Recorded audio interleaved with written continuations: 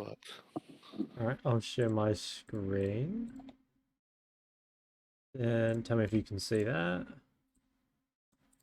Yeah, I can see. Yep, Okay. perfect. Okay. So let's have a look. So Syndra vs Annie, I think is pretty decent matchup in my opinion. Like you've definitely outrange her.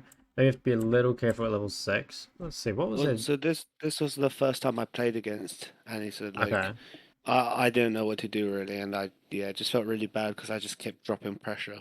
Yeah. Alright.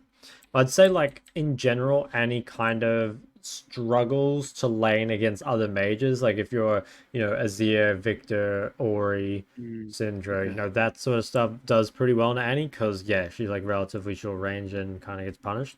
So straight away, this is like a pretty big mistake. So it might be because you're alt tabbed. I'm not totally sure, but obviously, like especially in mage versus mage matchups, whoever has control of the wave is like really ahead, basically, right? Because like if you have control of the Okay. wave, Yep. it means that like you get level 2 first, level 3 first, etc. Like this, you're high rank.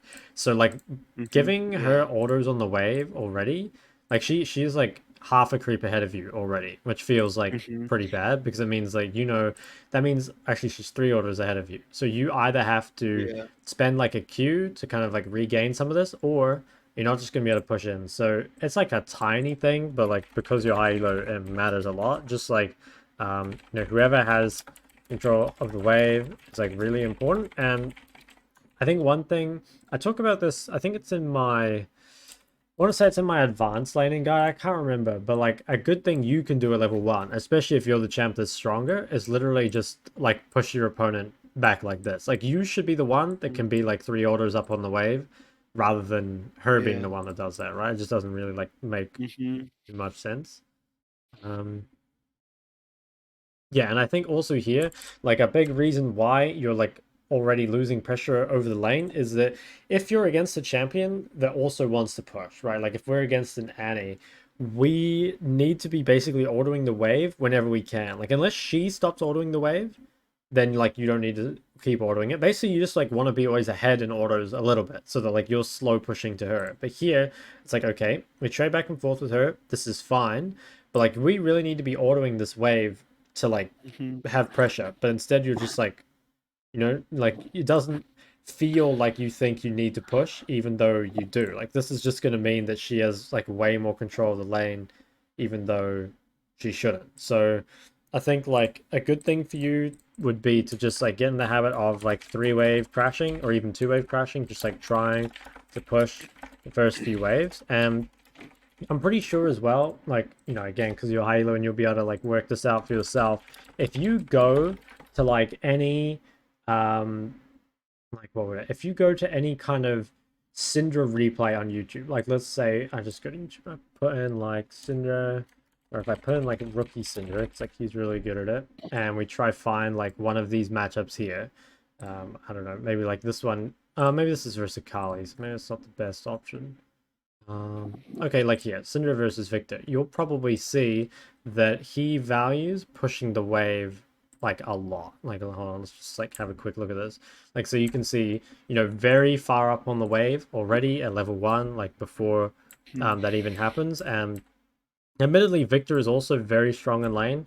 But you'll see like both of them putting like a lot of autos on the wave, and like he would probably prefer to push here, but Victor is just like even stronger. But like definitely not letting them do it for free, right? Like at least trade back some damage. And I'm sure you can look up like Syndra vs Annie if you really care enough about that. But yeah, Well, there you go. okay. Yep. So I agree with that, and yeah, makes sense. But on the like, since I'm running first strike, right? hmm What's like? I don't. Why can't I just let it like hold it on my side instead of push it? Like, why should it? Why is pushing Well, so important? it's And also, because Annie like had so much gank setup. well, Yep. Annie doesn't have as much gank setup as you think because like as long as you as long as you kind of ward correctly, you shouldn't really be able to get ganked by Annie as a ranged champ. Like when we're thinking like really strong gank setup, we're thinking stuff like LeBlanc that can cover like a long distance, and can just like can kill you kind of like almost across the lane, right? Like let's say you're playing against rather than Annie Wukong, it's like LeBlanc Wukong. If you're pushed too far up, like LeBlanc W's in, chains you, and then like oftentimes you'll die even with flash up because like you can't actually flash away, right? But when we're versus Okay. Annie, it's like, okay, if you're just kind of like, playing your max range correctly, she shouldn't be able to stun you unless she like flashes forward, and then if she does, like you can probably get out of the stun and flash away. And like, there's like an argument that you can just like, sure, like you're playing Syndra, you do scale well, you have first strike, you could just play safe, but you have a winning matchup. So like, why wouldn't you scale and win lane as opposed to just scale? It doesn't really make sense. Yeah. And I think like if you feel like you're really scared of jungle ganks, I would probably say that's more to do with like your jungle tracking and warding as opposed to the actual jungle gank setup. Because I think Wukong Annie is like reasonably strong, but it's like I think I would be pretty confident playing into this. The stuff I'd be like super scared of would be, like LeBlanc Lee Sin, Rise Rek'Sai, something Jarvan, maybe Yep. like an AD mid with Zac or Evelyn. But like this looks like as Okay. long as you ward properly, you should be fine. Okay. And I have like just to kind of like what I normally do is like my kind of like method, I guess, for avoiding ganks. I can write this down if you don't really like understand it, but let me know what you think. It's basically like at level one, actually, I'll just write it down because that way it'll benefit you in the long run. I think so. Like avoiding, I'll make a little section. Avoiding jungle ganks. Basically, I have like a couple steps. So step one, like find out where the jungle starts at level one. Like just check basically who's leeching. Two is like hug the opposite side of where they start. So like if, for example, they start red, their paths are like, they can do say, well, they could do red mid, they could do like 3 camps mid, they could do 3 camps or 2 camps and then swap sides. But basically, as long as they start here, if you play in like this position on this side of the lane, there's no way they can gank you early, right? Because they'd have to do something like red and then cross here. And like pretty much that's never going to happen. If they do, you might just win the game even if you die because like their path is so terrible. Like it's just Yeah. so inefficient. So like it's probably not going to happen. So as long as you play on this side, like you should be fine. And then so at around 2 minutes 30-ish, just like when you get like a good time, ward the opposite side of where they start. So basically like you're hugging here until about 2 minutes 30, should be completely safe. And then you come and just like drop a ward like here or here, somewhere like in that area. Let's just say it's like right here. And what that means is like by the time they get to this side, there should be no way they can really gank you here without them being, spotted on the ward. And then normally what I do is I just hug that until about 4 minutes. And then so at 4 minutes, I swap sides back to original side. So what I'll do is, say it's 4 minutes, I swap over to here, place another ward there, or, like here or wherever you want it, basically. It doesn't matter too much. As long as it's not in this bush. It needs to be a bit further out, but like here is fine.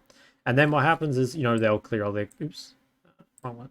They'll clear all their camps, they'll base, and then they'll come back out top side. And once again, like you should be immune to any ganks. And so this should keep you safe for like the first 5 minutes of the game. And then basically after that, I guess like after that, I just try like ward one side. At that point, it doesn't matter Yeah. too much which side because, it's like hard to know where the jungler is at that point. But what I normally do is like, so let's say I reset, I come out with like a pink. I'll just decide, okay, maybe I want to pink and ward over this side, or maybe I want to pink and ward over this side. And I think like unless you're verse some sort of like extremely strong gank combo, or something again like, well, what's an example? Something like Annie or not Annie, like Evelyn and I don't know, Aurelia or something, something that's just like impossible to live against. Yeah. These wards should keep you like completely safe early. So Yeah. yeah, it's like as long as you do this, you should be pretty safe from anything. Does that all make Okay. sense? Yep. Yeah. Yep. Okay. So yeah, it's like yeah, you can play safe, but Syndra is champions like Syndra, Victor, Azir. They're like scaling lane bullies, and their weakness is that they're not very good at skirmishing early, right? Like Syndra is a bit better at skirmishing than the other two, but normally when you're playing, like a Victor and Azir, you're just like trying to win your lane as hard as possible because you don't want skirmishes to happen, right? Like your threat is coming Yeah. from pinning your opponent into lane, not letting them actually get into fights. And Syndra's like that too, but to like a lesser extreme. It's like not quite um to that level. Now, again, the reason this is allowed to happen is just because she has too much control of the lane. Like she is able to Yep. like harass you when you're trying to CS. She's like able to Hmm. push you back. It's like difficult to trade back autos because she's got way more creeps than you. So the lane already is like in a really, really tough spot, I think. Yeah. Now you could the time you might want to do this with your wave is if you're versus something that spikes really early. Like normally, let's see, I actually should have let's see, I should have a VOD here somewhere. Like Yasuo. Yeah, like Yasuo, Yeah. Aurelia can definitely be ones. I know I have a Syndra versus Aurelia VOD somewhere. I'm just wondering, is it in here? Versus Aurelia? No, I can't see it. Maybe I can maybe find it and send it to you later. But yeah, basically those, I mean, like you hit the nail on the head with the Yasuo. Like any sort of champ that spikes super hard early, you can do this and it's fine. Especially because those champs, like one, you can't really harass them on the tower anyway because too scary to do Mhm. so. And two, because champs like Yasuo don't actually use priority that well. Like they don't have great CCs. So like even if they leave the wave, it doesn't really matter a whole lot for you. But like Annie, for example, like she's just getting a free lane. And this is like, yeah, the Annie's weakness is the 1v1 laning phase. So the fact that like it's Okay. already going bad is, I mean, it's Yeah. definitely not good, right? Mm. Yeah, I just haven't seen Nan in a while, so Yeah. don't really, yeah, after a buff, so okay, makes sense, so yep. Yeah, and another thing to like think about is just like their cooldowns, right? Like what I always do before a game if I don't know the cooldowns is I just come to uh like the league fandom thing and just have a look at their cooldowns. So we got like 4 seconds on Q, obviously not very long, 8 seconds W, but probably most important, 12 seconds on E. So when like she uses E, that gives you a pretty long window to look to Yeah. punish. And the other one obviously is like her stacks, right? So there's like Yep. some pretty important cooldowns to kind of like think about. So like for example, like right now, like maybe when she has like no stun, no Q, maybe you could play more aggressive. Again, it's like really hard because you're kind of like pinned to your tower. And I guess like also just realize like how being under your tower like this, it really makes the game hard for you, right? Like you kind of missing Mm-hmm. CS, Yeah. you can't really harass it very well. Um, Now this is like perhaps a little bit of timing. So we've mostly talked about like wards and like wave control and stuff, but obviously like I guess like cooldown punishment we talked about too, but I try Mm. to really like time harass with CS. So especially when you have like long cooldowns, like Syndra Q, it used to be Mm. 4 seconds, so you could basically just spam the shit out of it and it wouldn't matter. But now, because it's a 7 second cooldown, you need to like Yeah. be a bit more careful with it. Mm. So, like for example, here, like you probably want to wait for this creep to get a bit lower, so she's like forced to commit to it.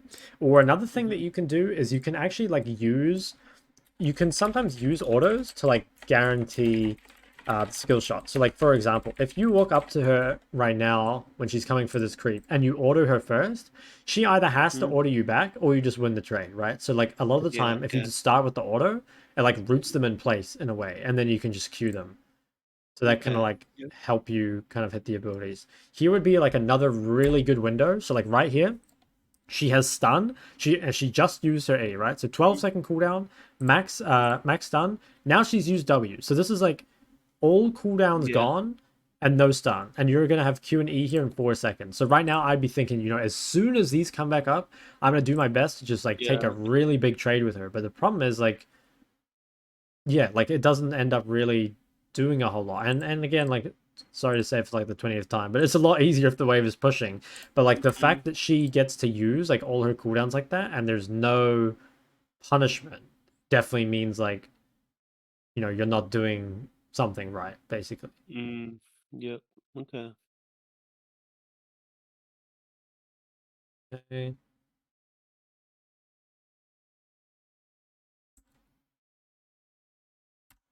And yeah, and any time like obviously like cooldown punishment is really important, but also like be really careful like not to waste cooldowns because if you're against someone that kind of like knows how to punish cooldowns and it looks like she kind of does, anytime you just like throw a Q out sort of like randomly like this, right? It ends up being a 7 second cooldown that's now like very punishable. Like you get pushed off the wave because of that. And it Mm. seems like a small mistake, right? Like it doesn't feel like much, but I think in this situation, even just holding the cooldown has threat, right? Like she's unlikely to run at you if you just Yeah. have Q.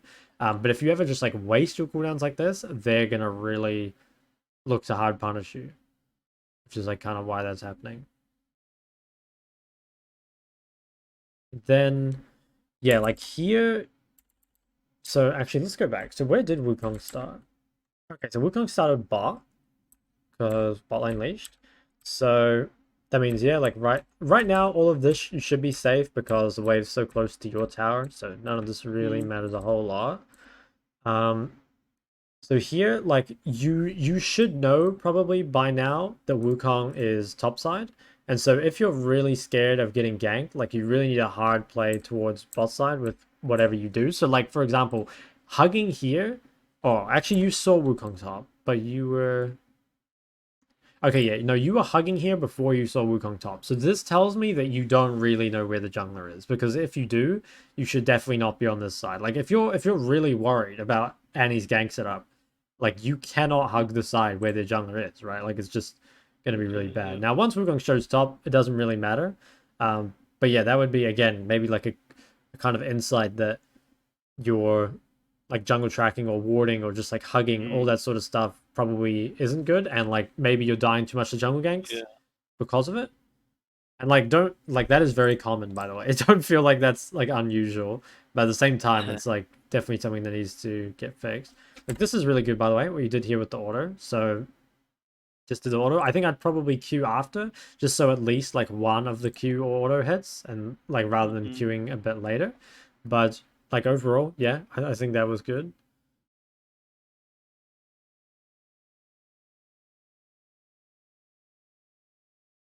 Okay, that's a combo.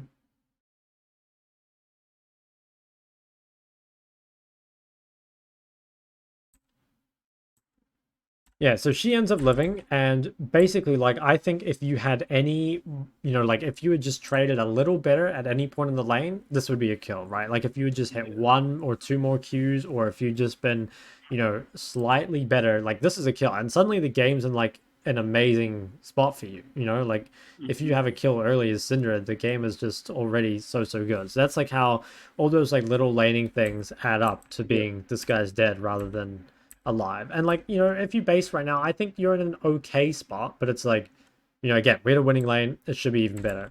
Now here you go for 2 amp tomes, which I can kind of fuck with, but I think that you should pretty much always pick up Dark Seal early as an AP because I think Dark Seal is just like too broken.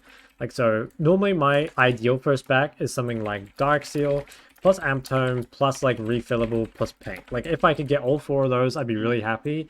Now there's like arguments maybe that you don't need these. So like you could maybe not need refillable if you really wanted to play on your range and like make sure you don't take damage from Annie. Personally, I think it's like I pretty much always go refillable because I think it just makes the game easier and like you don't have to play as well. But like if you wanted to skip it, like you could, I guess.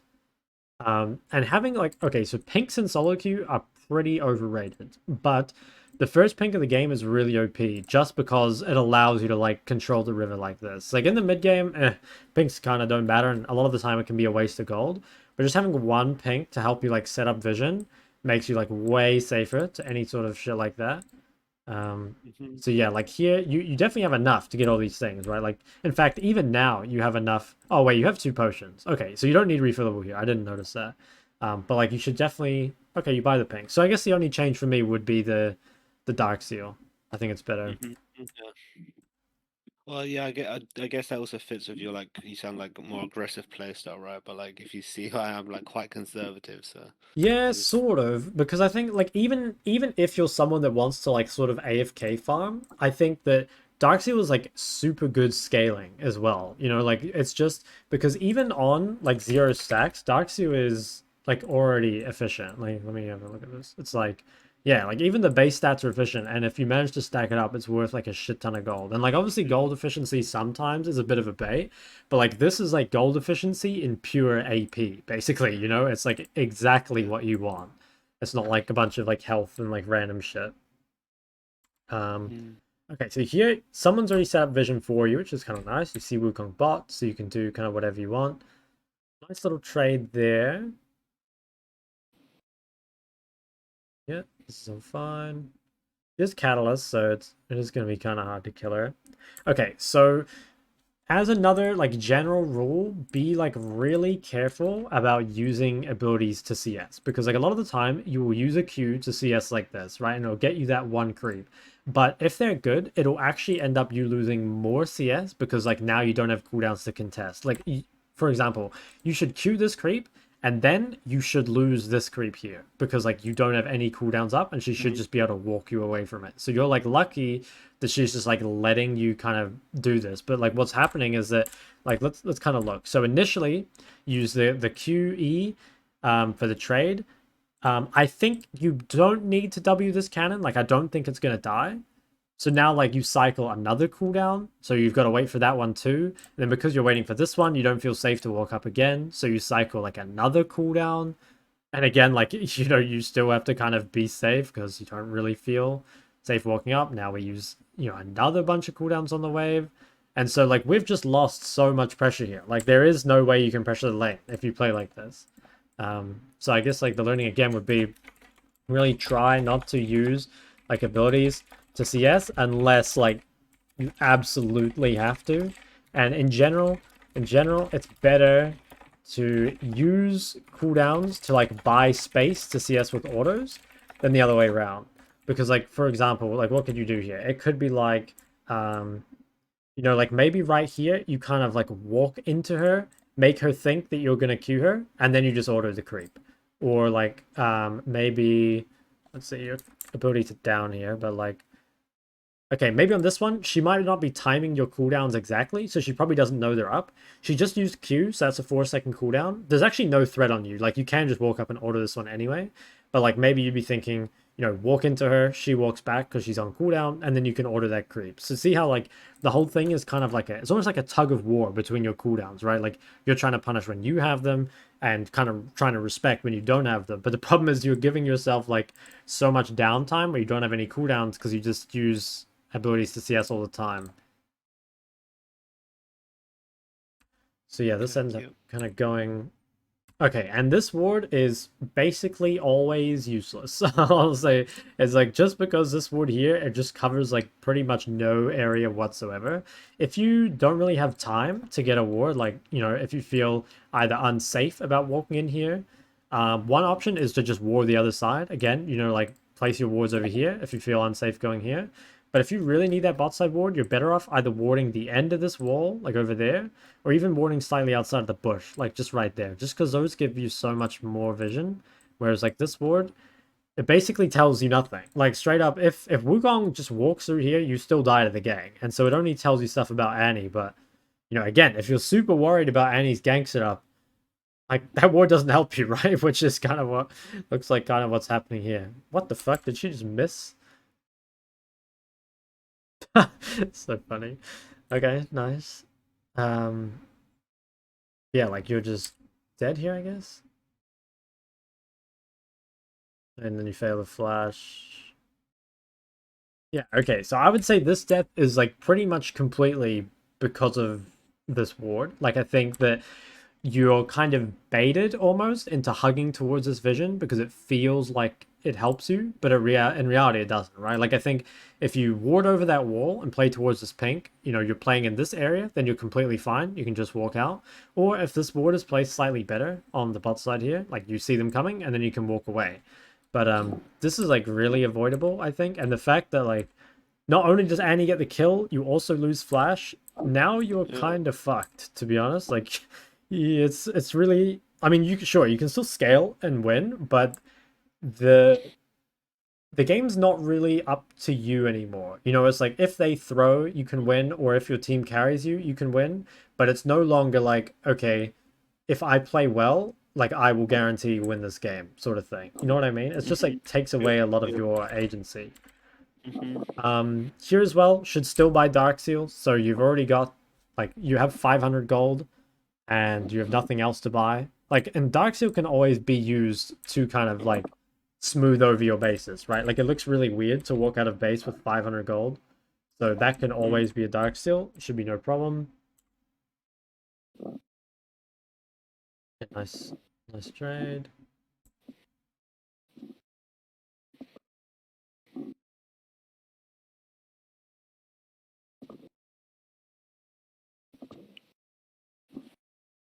Okay, yeah, this is all fine.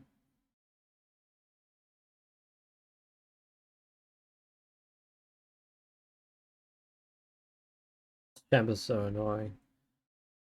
Okay, yeah, the bear's gonna die. You still have potions, so you should be all good.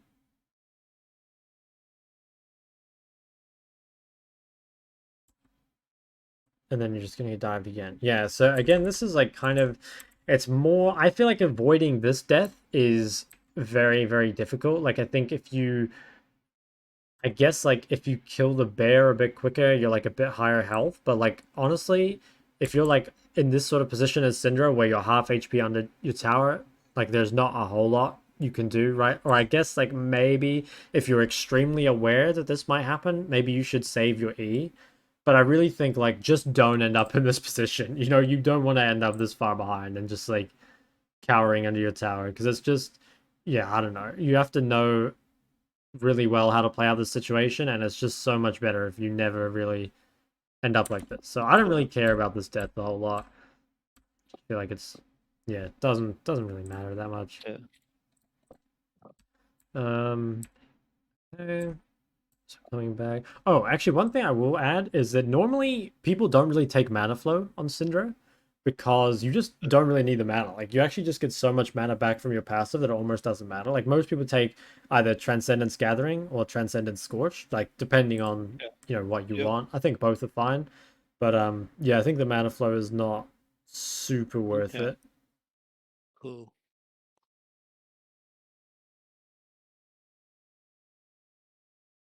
Um.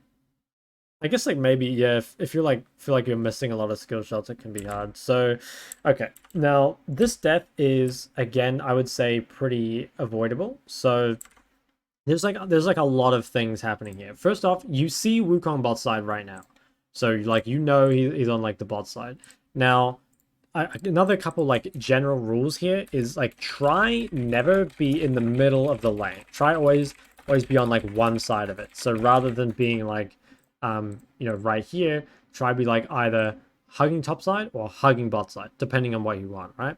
Second thing is that you are extremely vulnerable here. So the thing is, like if you almost do like a status check here, what do you have? It's like you have no flash, you have no vision, you have no E, and your jungle is in base. So you probably don't realize here how like risky it is to do this, but like this is you are straight inting here. There's just you have no way to avoid anything. You have like no counter gank or anything, and you're not like hugging to a side of the lane. So like yeah, Wukong just like comes out of nowhere and one shots you. And to be honest, I think probably the way you have to play this is you probably just shouldn't push, or you push this really fast and try get yourself some vision. Like maybe instead of trading on Annie here, you just like focus on pushing in this wave and then like placing all your vision on top side, like trying to get this pink and ward down.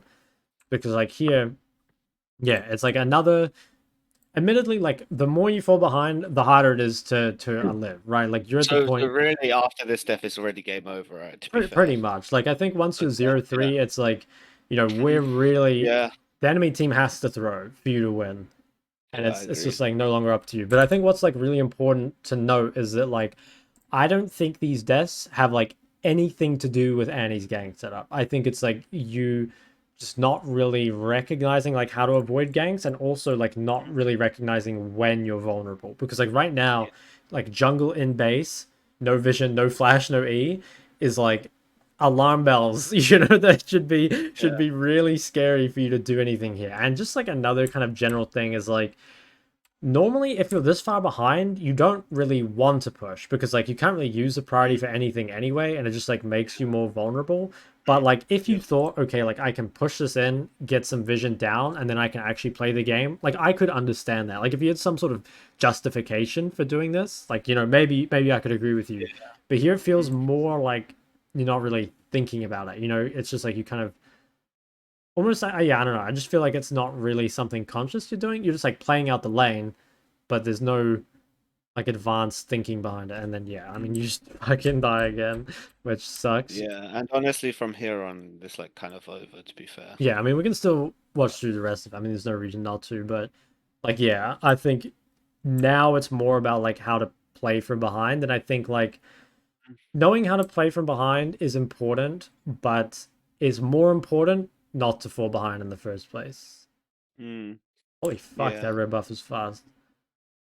Wow, Like so honestly from here, I think it's just like end of review though. Like it was mainly just these three devs that I wanted to review. To be fair.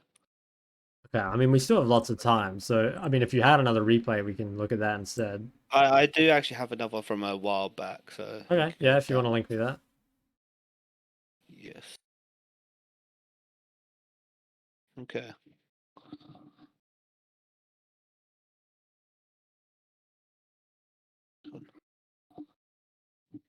Okay. So this is Akshan, okay? Akshan Nidalee versus what is this? Syndra Elise, okay. So, first thing I would Yep. maybe be thinking is that potentially your start is a little greedy here. So it kind of depends what you want to play for. Because, so you're up against double AP mid jungle, which means that magic resist is really OP. So your options for that are to either go Hex Drinker or Merc Treads, pretty much. Or just to buy like a null magic and sit on it and never actually upgrade it. Yep. So yeah, it's kind of up to you because I would be thinking like, okay, longsword refillable. It definitely means like, okay, when you get you can get your hex drinker faster if you want to do that.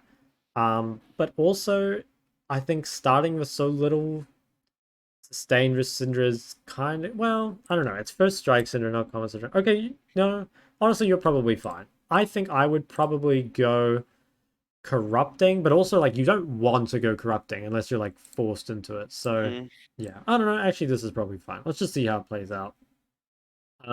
Yeah, first thing straight away again is that you're kind of late to this wave. Like, yeah, I mean you're only slightly behind it, but the fact that like she's the one getting the first orders on the wave doesn't really make sense. It just like means that she's gonna have control. And also, again, it's like tiny mistake, but you really want to never make sure, or you want to make sure you're never stacked with the creeps because you don't want her to be able to push the wave and hit you at the same time. It always wants to be like, if she queues you, she should be giving up control of the wave because you can just push it. And if she queues the wave, then she has a cooldown with which you can kind of like punish her, right? hmm. And so again here, I think you're deciding to not push, which is I guess so like you can E onto her or something. Yeah, it's But like a trade. yeah, like I can kind of get that, but the problem is like Syndra can always just E to disengage the trade. So like as long as Syndra holds her E defensively, there's no way you can really E onto her. Like I think keeping the wave in the middle is probably fine, but I probably wouldn't like hard freeze the wave. Like yeah, I can kind of understand it. Like if you just want to keep the wave permanently in this spot, I think that's all good. HP level 2. I think it is really hard to E though, unless like she wastes her E. Also, where did the junglers start? The junglers started. Okay, so the junglers started top. So you should be fine as long as you play towards bot side, which you are.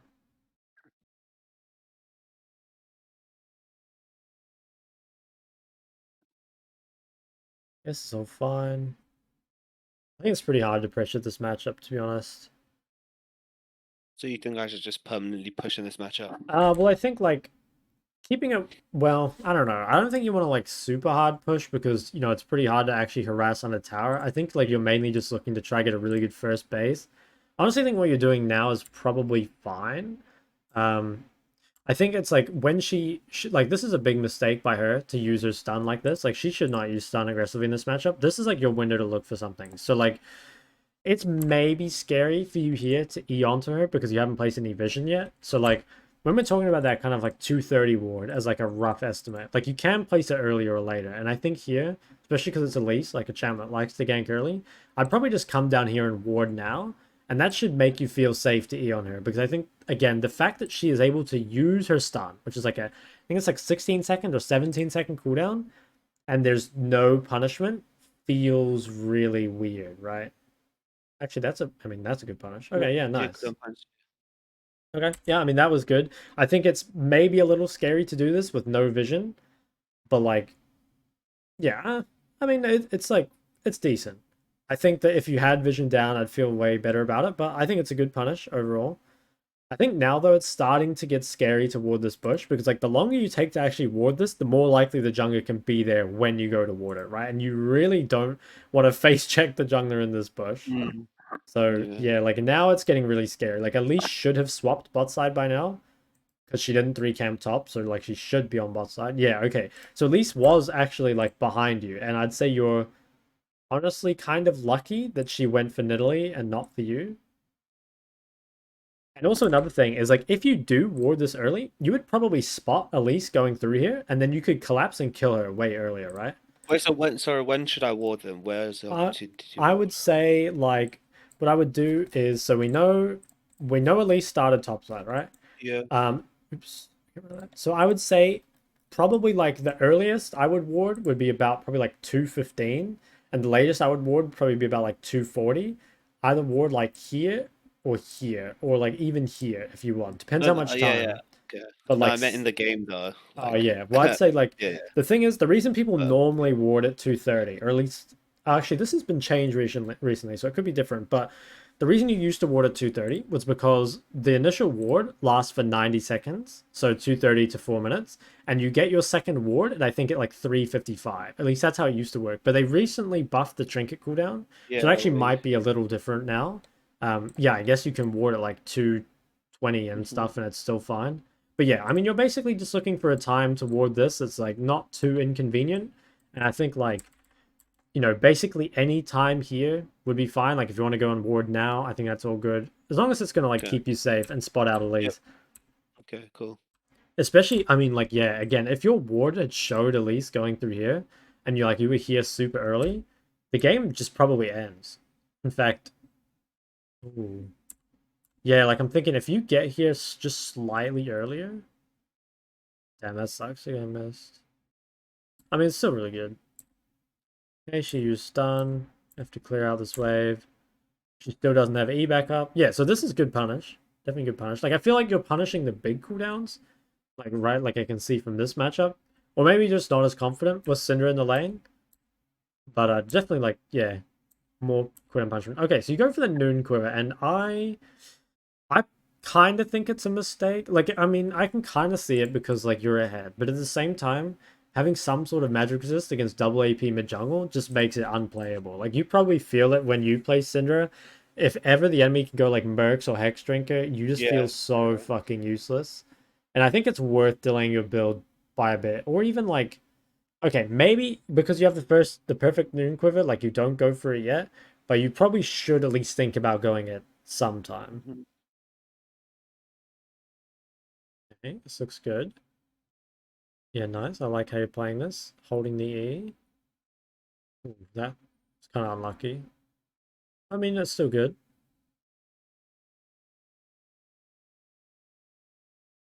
Hmm. Oh, I hope you don't die. Oh no, okay, that's tragic. Okay, so here I would say let's let's go back a lot.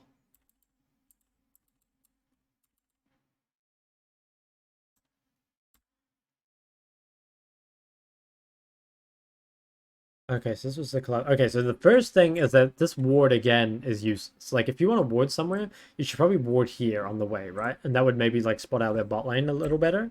Because like so yeah, right here, where is it? Like your ward's still up.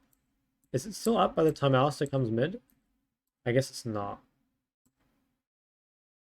Okay, no. So your ward died, but the problem is you come and ward this spot again. Like I think if right here, you hold this ward and then you place it like in here. I mean, to be honest, you see Alistair anyway. So like maybe it doesn't even matter. Like you see the Alistair there.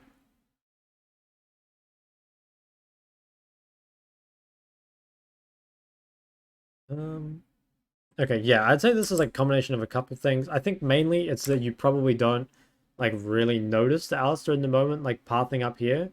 But also I think that you're playing very far up with no cooldowns once again. So like this is like no E, no flash. And like you can probably I mean, I guess the main thing is just you don't know Alistair's here, which is the big issue because yeah, this death is really, really rough because your wave is fucked and like you are snowballing right now, but now you're dead. Um, Yeah, I guess the wave will go under. So this is like hard for something to take away from. I guess like the obvious one is just to be more aware, but I think that's like kind of a useless thing to tell someone. I guess like Mm. maybe just like placing the ward further out again. Like I feel like if you either ward over this wall and see Alistair, or you ward here, like maybe you would have a maybe you would have noticed Alistair a bit better. And then yeah, also just like being careful, being that far up with no cooldowns. And maybe if you have magic resist, you might live here anyway, because like these three people all pretty much do magic damage. Like how much of your death here is, yeah, it's 77% magic. Like maybe with Hex Drinker, in fact, yeah, I actually think you do. If you have Hex Drinker here, let's say the shield pops, I think you might actually live long enough that your team can come clean them up. So like yeah, definitely there's like lots of ways to avoid that. But okay, it's like still good. Come back on the map. Now you had a lot of, oh no, never mind. I thought you had gold, but you just got the kills, so canceled her base.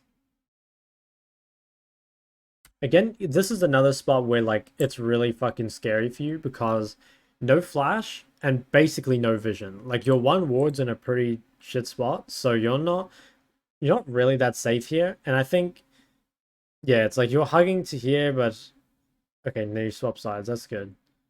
It's just like yeah, with having no pink and no actual wards, it's pretty scary to play up. Okay, so you're going for the mercs. I like that. Going back on the map.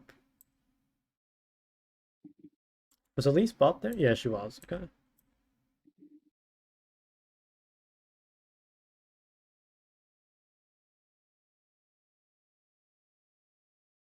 Actually, another thing, you can go Wit's End on this champ too, but you probably don't want to rush it. Actually, yeah, I kind of like what you've gone for, just like the mercs.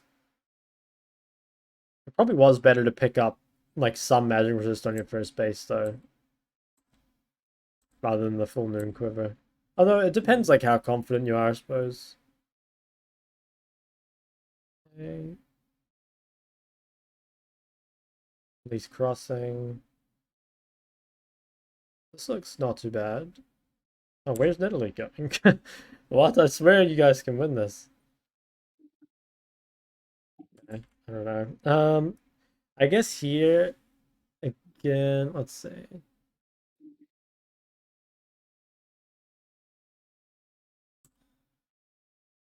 Yeah, maybe it's just too greedy not to have first item merc treads. Like it has kind of like punished you really hard. I mean, maybe you do just pick up merc treads on your first base. I think this is like harder to tell. Although, actually, nah, you probably should. Like they have AP and CC in their mid jungle, like Syndra Elise. You probably should just rush merc straight away, especially because like she's like a skill shot champion, right? So if like you can dodge the skill shots with extra movement speed, it's really good. And then I guess here, like given that you don't have mercs, probably just need to play like a little bit safer. Kind of unfortunate again though. But you can see like how punishing this is, right? Like 2 deaths now, and the game's like sort of out of your control again. Yeah, I guess I would just like rush the merc treads, thinking about it more. So you have mercs now, Well, and actually that's another thing is like if you're like not going something like mercs super early and it leads to deaths, like you always want to buy the item to like stop your deaths or like be defensive before it becomes an issue, right? Like I feel like buying mercs after you have 2 deaths kind of defeats the point of buying mercs in a way, you know? yep. I guess alternatively you could take cleanse, but I think cleanse action is kind of doesn't feel that great. Okay, that guy's dead. Yeah, nice kill.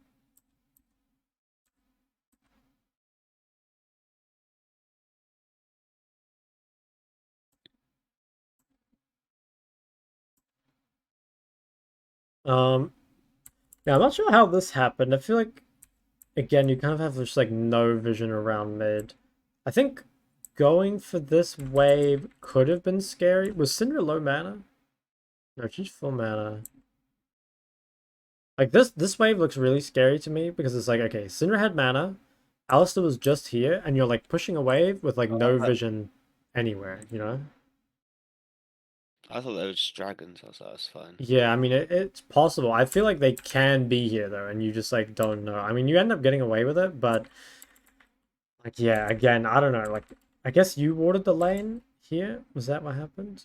Yeah, I would as Yeah, well. because I think like the ward is nice, but it's hard to ward the lane without a ping. You know, like you always need some sort of vision in the river. And I actually just like write down, well, we had a few things. So I think there was like the MR itemization. I think again, like vision slash hugging is like really big. Feels like a lot of the time you're just like, yeah, very far up. And also, I guess maybe like thinking about support a bit more because a lot of the time the support is like actually the scarier champ, you know, rather than the jungler, which is kind of sad, but it is unfortunately reality. Um, and I guess like another thing is just like when you're actually, I don't know if you ever review your own games, but like if you just like skim through them, just like look at your deaths because any honestly like I feel like one death in the first 15 minutes is quite a lot worse than even like five deaths post 25 minutes. You know, like deaths early game are really really punishing, whereas like deaths later on they're honestly like not that big an issue unless they like end up giving a Baron or something. Doesn't really matter, especially like first 15 minutes. You should like definitely try not to die, and like at the same time, you don't want to become just like a KDA player that doesn't do anything, right? But you always want to like try figure out like why the deaths are happening. I guess. Okay, I think you can kill this guy if you'd gone in earlier. So like here, the moment this guy uses stun, I think you're fully committed to killing him. Like I would just probably E him straight away. Like you see Elise bot, so you know this is a 1v1, and he just used his stun. The longer this takes though, the more time it buys for his cooldowns to come back up, right? I think if you just gone straight away, you probably could have killed him. Yeah, I'm pretty sure like okay, let's just say right now we E, then we chase with Q, because you ended up missing Q and then your E ended up being like sort of short. And then we don't really get R for an actual execute. Yeah, I'm like pretty sure this can be a kill. Also, I think flash usage probably isn't the best. Like, you have so many tools here to avoid damage, right? Like, so she has no stun, so you can avoid damage with E. You can flash a Q or a W if you need to. You've also got Q movement speed, but it's like, okay, the E didn't dodge anything because she altered you, right? And Hmm. the flash also didn't dodge. Oh, yeah, actually, I guess the flash dodged something, but it was also like sort of too late for it to matter. Q missed, so we didn't get the movement speed. Yeah. So I think that was kind of like again, like you're far behind. Like she has first item, so it's always going to be difficult. But I think if you mechanics maxed it, you probably can kill her. Actually, no, you can definitely kill her. Okay. Q stun again. What is this? Three-man dive under your tower? Wow, that is really depressing. Mm. Yeah, I Yeah, think I even knew they were there. Look, and they don't even know I'm here either. So yeah, yeah. this is fucked. I'm pretty sure I would die to this too. Oh, that's cringe. Yeah, I mean, I guess it's just like again, it's kind of like the same as last game, right? Like you where you ended up as Syndra, just like pinned to your tower. It's just like the enemy mid jungle support have just snowballed so hard that now like you're not even really safe on your tower. So I don't really mind that death again because it feels more like a product of all the rest, right? And every death is less important than the one before, right? Because like this a lot of the time your second death could have been avoided if you didn't die the first time, right? And definitely your fourth death probably will never happen here if you'd avoided, even the third or the second death, right? So always like Mm. I think if you spend like 5 minutes after the game, just like skim through your deaths and especially look at the first one, or any time that you have to like blow flash for no reason. Those should be kind of like scary moments. Here, so this again, I think is really. Oh, actually no. Okay, so you see Elise and Alistair top side, so you know no one's here, and you're hugging the bot side. Okay, this is actually okay. Then you get out. Okay, that one's all right, especially given like how far behind you are. I mean, there's not great ways to play it out from this point. Kind of skim through the rest of it, but I think there is like really not a whole lot to it. Okay, probably kills Syndra. Hey, nice big shutdown. Going for the wits, yeah, I like it. That probably is better than Hex Drinker. Yeah, I think you are better off just like rushing Mercs and then like Mythic and then Wits End. So I actually like what you did, but I guess like you should have done it in a different order. Probably just need Merc's first item. Unless you want to like play insanely well around like all this CC. Oh no. Tragic.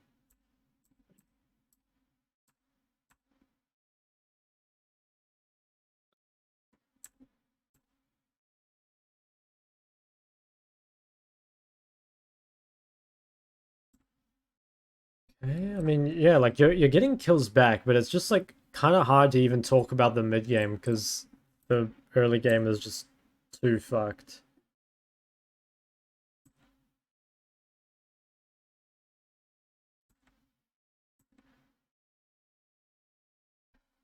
I guess you're doing like a good job of coming back, but it's really just like too little, too late.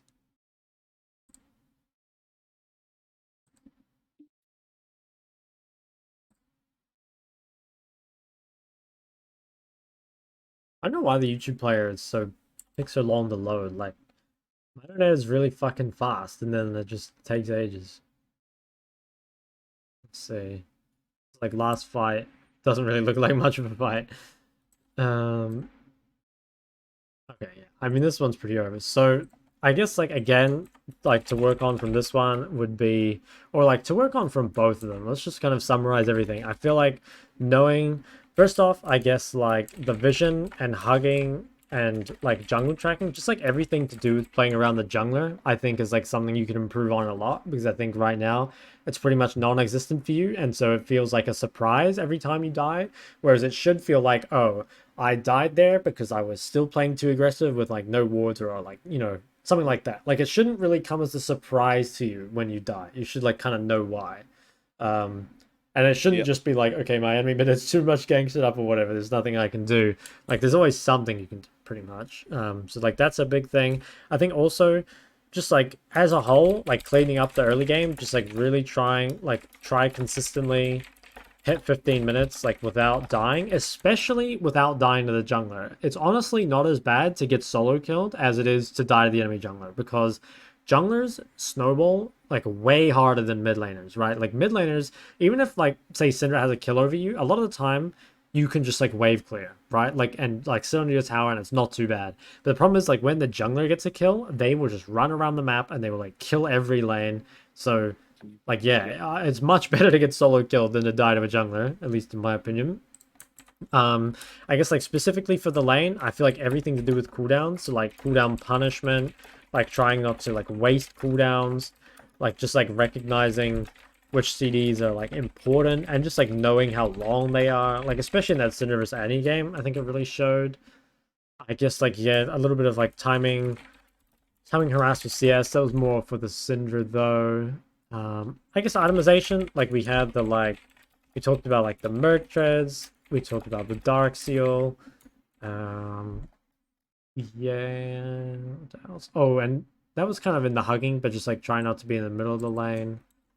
Timing harass with CS. Oh yeah, actually wave control. So like, I think you should have a pretty good idea of what you want to do with your first three waves. So plan first three waves.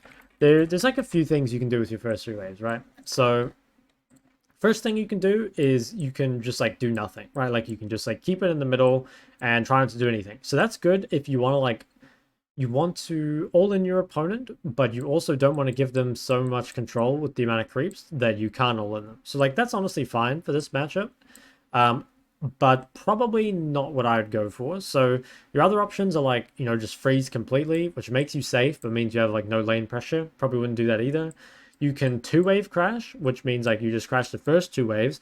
I think that's probably what I'd go for in this matchup. So the difference between two-wave crashing and three-wave crashing is that three waves means you hit like level 3 first as well, and it builds like a bigger wave, you have more time to harass, but it makes you a lot more vulnerable to ganks. So like something like Syndra Elise, I feel like it's pretty strong at ganking early, so I think crashing three waves might be kind of greedy.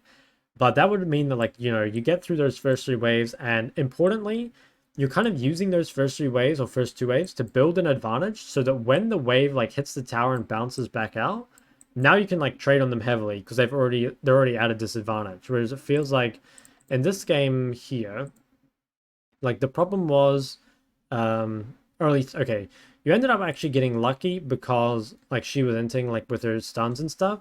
But like I think what should have happened here is that like this looks like really bad. It's like the wave is like on your side, but you don't really have much of an advantage because you've taken so much damage. Whereas it should be, like you're pretty high on health and she's getting pretty low, or at least like at least like a little pressure. But twice, for some reason, she keeps using her stun aggressively. Whereas like if she just holds her stun, she can't really do a whole lot. And actually, another thing I will say is that Akshan is not normally a blind pick mid for this reason. So I don't know what like you normally play when you blind pick, but like I would be personally not too happy about ending up in an Akshan Syndra matchup because it feels like the only way you win this is if she plays badly. It's like not if you both play well, she will win because like if she just holds E, you can never E onto her. And there's a lot of champions like that. Like Cassio's another one. Just like after like level 4, if she just holds W, there's not much you can do. Victor to a lesser degree, with his W. Are there any other ones that I can think of? There aren't two. I guess Zoe is another one that can be kind of annoying in that regard. I guess Ari as well. yeah, Annie, Ari, both of Vex. those. Vex. Yeah, exactly. So there's like a lot of champs that you don't like. They can't kill you normally, but they're like effectively neutralizers. And Akshan is like kind of needs the snowball to win, right? Like he's not so. It's not like he doesn't scale, but it's just like he's so short range that you can't really play if you don't get ahead, right? And like looking at your champ pool here, like I think of these picks, I feel like Syndra is like a pretty decent blind. Like you've got to be a bit careful of some assassin matchups, but it's mostly fine. Ari's a decent blind, but the rest of these should pretty much exclusively be counter picks. And like I don't know, if let's say I just filter by like Akshan, and we look at like the matchups. Like okay, Akshan versus Assault I think is fine. You played that twice. Akshan versus Karthus is fine. Akshan versus Tristana, I probably wouldn't really play. Versus Ari, I definitely wouldn't play. Ziggs should be fine. Aesol again. Yeah, Syndra not good. Azir is like fine. I don't mind Azir. Silas is a good matchup. That's a good matchup. I mean, you do win some of these, right? Like, it's not like you just like lose all of them. But I do think you're making it kind of difficult for yourself when you could just pick it, when it's like really good games for it. Especially because it's not like you're an actual one trick. Like you do play quite a few champs. Any other champs you play that you can blind? No. I guess like right Yeah. now, like yeah, there's like to be honest, like the mid blinds at the moment aren't amazing. Like I think people have started like blinding Annie, but it's more like a solo queue thing. Like I don't think you really want to blind Annie versus like actual mid laners, but it can be good in solo queue. And yeah, I guess if you get better at Cinder, like that could be your blind too. But just I guess realize that it is making it like a little more difficult for yourself if you end up in those matchups. It's kind of like on you to play really well, and like especially if you die to like junglers and stuff, it's gonna be really difficult. But okay, I think this is like pretty much everything. So I'll copy this to you. Do you have any questions about anything? No, that was great. Thank you. Okay, so I'll upload the session, and then if you don't mind it being public, that would be good because I think people would be able to learn from it. But either way, I'll send it to you, and you can like go back and watch it. But I think you will find that the mid game is just like there's maybe stuff you have to work on in the mid game, right? But your mid game will just naturally feel so much better if you come into it and you just aren't miles behind, right? Like both games I watched, you have like several deaths in the first 10 minutes. I normally feel pretty bad even if I have one death in the first 15 minutes. And like if I have like four, I'm just like praying the enemy team just sucks, Yeah. Okay. Maybe. Okay. Yeah. Well, I think like yeah, if you have other questions later, like if you think of anything, you can message me. And what I would really recommend doing is like anytime you play a matchup, come to YouTube and just search it up and just like see how the matchup plays out. Like even just like skim through it like 5 minutes and just like see how the lane goes and see if there's anything like majorly different to what you're doing. And then also just spend like a couple minutes to go through the game afterwards and check your deaths. Like a good thing to do for that is to use outplayed because this thing like it like tracks your deaths and stuff. Let me just open. I don't know if you've ever. Do you use this? Yeah, that's what I'm using. Okay, yeah, no. Well, you already know then. Yeah, just like skim through and have a look at your deaths and figure out like what went wrong. Because I think normally again, like if you like go through them a lot of the time they'll probably be there'll be like a reason for it. You know, like it could be that you played too aggressive at the wrong time, or maybe you just like weren't respecting enough, and you'll get a clue as to why you died essentially, which is you want to Mm. kind of like just like get rid of bad deaths, I suppose. And like even here, like first death at 12 minutes, I mean this one's like okay. It's not the worst, and it ended up being a 1 for 1. But it was a kill on the jungler when he has 5 kills, so yeah. But anyway, yeah, I think that's pretty much everything. Okay, great. All right. Thank you. Yep. Yeah, you're welcome. I think just like try and work on one thing at a time, and Mm, eventually it'll just like get a lot easier for you. mm. Okay. Yep. I All right. got that. Cool. Thank Well, you. I'll upload this and send it to you, and otherwise, I guess I'll see you next session, whenever that is. Okay. Yep. All right. Cheers. All right. Bye bye.